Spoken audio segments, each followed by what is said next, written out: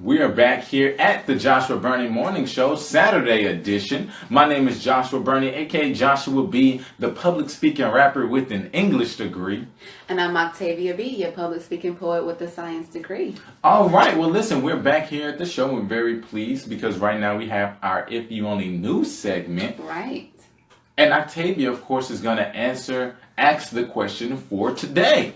So whenever she's ready, she can fire off, and while she's still preparing, again, the If You Only Knew segment is about sharing people's stories, whether through questioning or whether you just send us your story. Everyone has a story to tell. You don't know whose life you're going to affect by that story. So send in your stories, and we would love to discuss them and read them over the air. Mm-hmm. And if you're not comfortable, just tell us that you want to be anonymous, and we will not say your name. We've had people do that in the past before. All right. But outside of that, we ask each other questions. And this is definitely open to you all tuning in with us here at the morning show. Tell us what you're thinking and what would your response be? So when you're ready.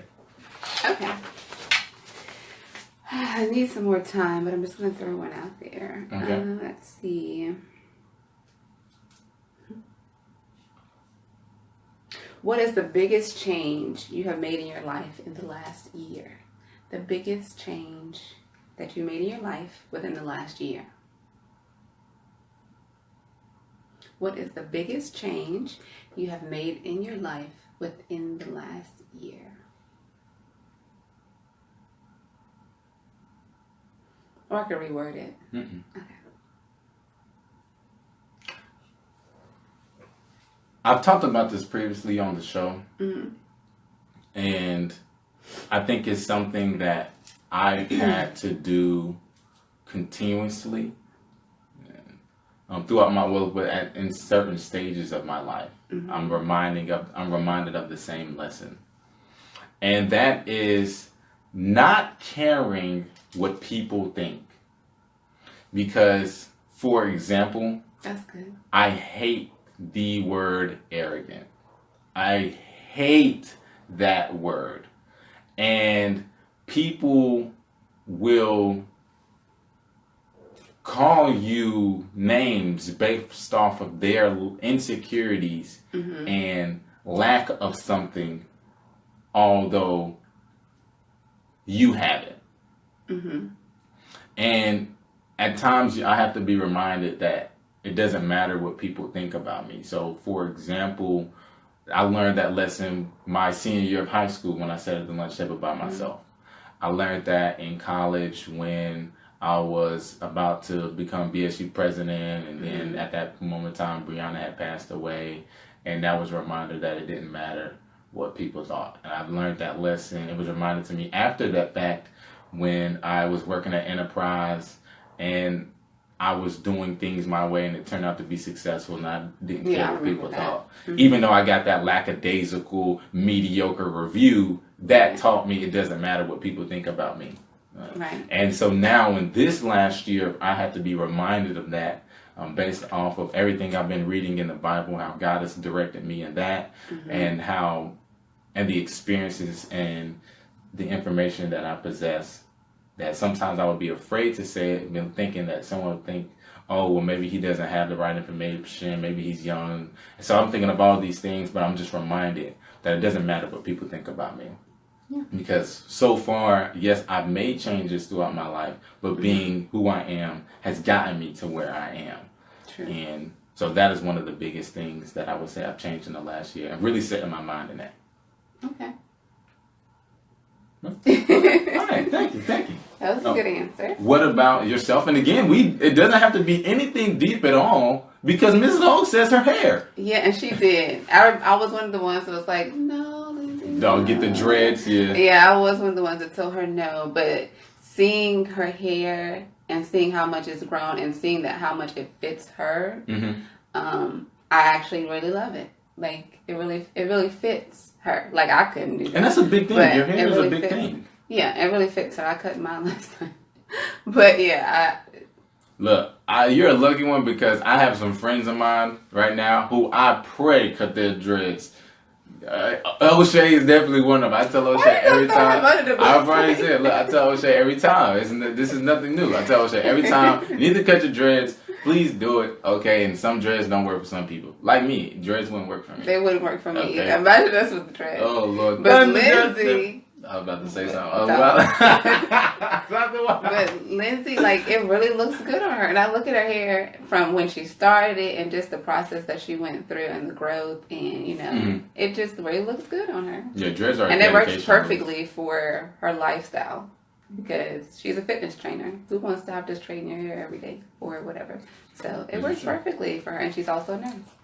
Okay, well, we've gotten my response saying not to care what people think. And we've gotten Mrs. Hope's response and her hair changes. So what about you, Mrs. Octavia Burney, the public speaking poet with the science degree? Yo, that junk is flame, by the way. I just absolutely love that junk. That junk is flame. But anyway, go ahead. For me, I know I started off wrong. For me, it was also not caring what people think, and also starting and really going for my business. Because at first it was just like, it's just something I do, it's a hobby, blah blah blah. But once I really was like, okay, this is a business, I have to take this more seriously. Within the last year, my customers have increased. I now have my own office. I am pushing myself to do bigger and better things and putting myself out there to be uncomfortable in situations where, you know, I can be sitting with people that are like millionaires and you're sitting there like, do I say something? Do I not say something? But there's a time and a place to speak, and sometimes you just need to listen. And so I've realized that within the last year that sometimes it's better to listen than speak. And so with my business and everything else that I have going on, I'm just very grateful and not to listen to what people think or say about me, or even the little tidbits that people try to give you of advice. And you listen to it and you like... Yeah, you said that recently, didn't you? I'm not taking that advice, because even though I am intelligent and I love science and I love doing all those things, just because I have a business and something totally different does not mean that I lack. My intelligence is gone. It's still there. So I think to not really care what other people think. And then I push forward my business, which has helped not only our household, but the community, which is something I really wanted to go for. Okay.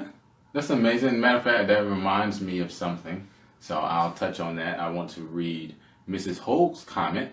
And thank you for sharing, by the way. Definitely appreciate that. But it's going to segue. I wanted to get to the comment first, and I didn't want to leave them hanging, because we try to get to them in a timely manner, and I just said the most unimportant information possible. But anyway, she said, well, in my profession, I was worried, and now I'm like, forget these folks. And you know what? It's true. Again, you do worry about those things, like will they accept my hair? Because we know that's always been a discussion, especially like within the Black community. It's like, if we have certain type of haircuts you have to have, or feel like you shouldn't. And so I think that's very standing for the power of the hair. Right, because I remember working at, I'm not even going to say the office, because I don't know if they're watching, but I remember working at a doctor's office, and I would wear my curly fro to work, and some of the girls would be like, they would have on their like wigs or whatever, and they would kind of look at me like, I can't believe you wear your hair like that. And with me, I'm like, it's my hair, it's not yours, and this is me, this is my personality, so why are you saying something to me about my hair? At least it's mine, like, that's why I laugh. Like, at least it's yours. It's mine, but I guess some people, they look at things differently, because that's just who they are. They prefer to do different things, and I just prefer to wear my natural hair and embrace who I am.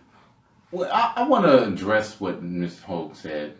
She says that it's fun. The funny thing is, it was only Black people saying it was unprofessional.